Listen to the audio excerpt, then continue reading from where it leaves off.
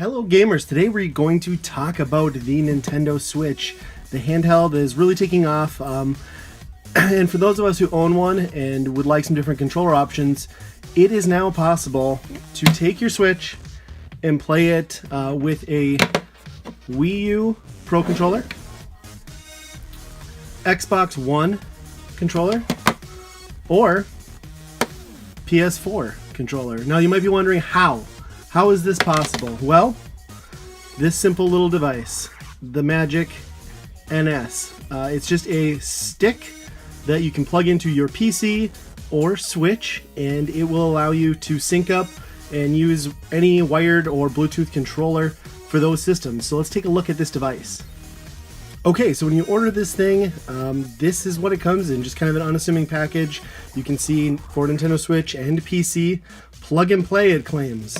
Back of the box, not a whole lot of detail. Again, the Switch and PC logo, and it just explains that you can wirelessly connect your PS4, PS3, Nintendo Switch Pro, Nintendo Switch Joy-Con, Wii U Pro, and Xbox One S Bluetooth controllers with your Nintendo Switch PS3, I guess, or PC.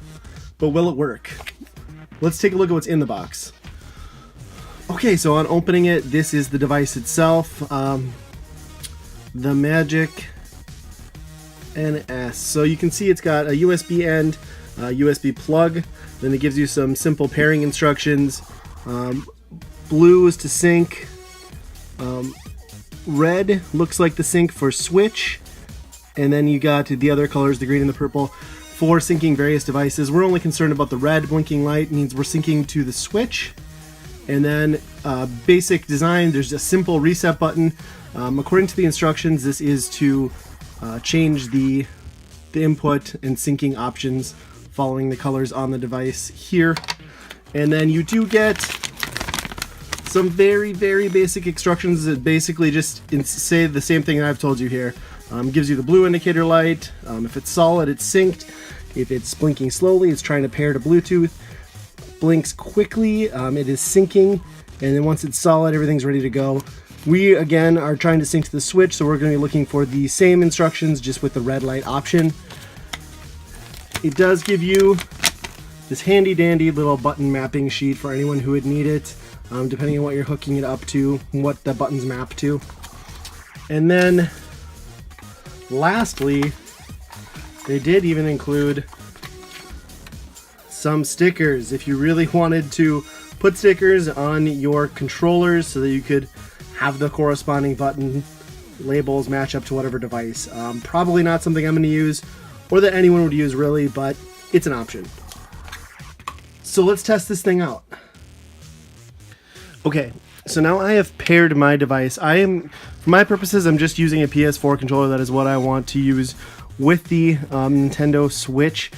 And you know, you could use this with the Switch device itself, just the handheld with a adapter, but you'd have to have a dongle hanging out. So really this device is probably only going to be best for those who want to use it in the dock, like myself. So basically, I want it hidden, so I'm going to put it in the back. You could also use the front USB ports, but there is the one inside the case itself. So we've got that positioned, everything's lined up. We can get the Switch and drop it into the dock. And we should see that this turns on. You can see the Switch is turned on, and now we've got the light, which indicates that the Switch is on and the Magic NS is going. Let's test it out with some gameplay. Okay, now I've already got this controller synced. It did work as advertised. You just plug in the USB cable, switch over the syncing to the Switch, which is the red blinking light, plug in the cord into the charger port, into the end of the Magic NS, and in theory now, the NS is running, the Switch is on, so I should be able to just start up my PS4 controller and it should sync. There we get the indicator light, and you can see I am now navigating menus. Everything maps over surprisingly well. It's placed out just like you would think it would be. Both sticks work, the D-pad works, and we can go into a game like Rocket League. And you can see we're going to press the shoulder buttons, sync this controller up, and let's see how it controls. Okay, so I've been using this to play Rocket League for a couple of days now. I have not noticed any latency. You'll see that the inputs on here are accurate to what I'm doing on screen. Everything is mapped where you'd expect it to be. Everything works, the shoulder buttons. It's great. I have total control over my car. It feels just like it did for me on the PS4, which is exactly what I wanted because I really love the PS4 controller. And now I get to use it on the Switch. So let's talk a little bit about what I think about this product, where you can get it, and if it's worth the price. So, is this device for your Nintendo Switch worth it? Let's talk a little bit about that. It is $25 on Amazon. I'll leave a link in the description below. Now you can get a Pro controller for an official Pro controller for the Switch for $70.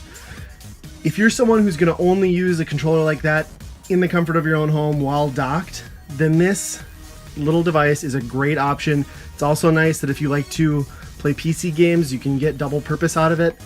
And if you're someone who already owns multiple systems like myself, and you don't want to shell out additional cash to purchase separate controllers for your Switch, then yes, I think it's a great device. It is as easy as they say to use. Plug and play, you just sync the controller, and I've had no issues. Again, no latency, and I've been using the PS4 controller pretty much exclusively with my Switch since I got this hooked up. I highly recommend it. You know, again, you can't take it on the go unless you have an adapter like you could with a Pro controller, but the price difference is negligible, and I really, really love the PS4 controller. I've gotten used to it. I play a ton of PS4s, so for me it's so natural just to keep using this controller with the Switch, and I'm really happy that this little device makes it possible. One thing to note, this will only sync one controller. It will act only as one input device. You cannot sync multiple controllers.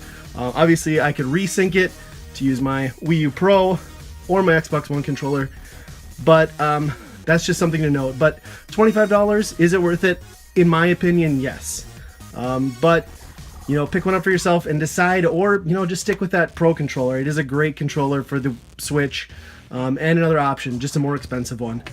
As always, guys, thanks for watching. I will talk to you next time.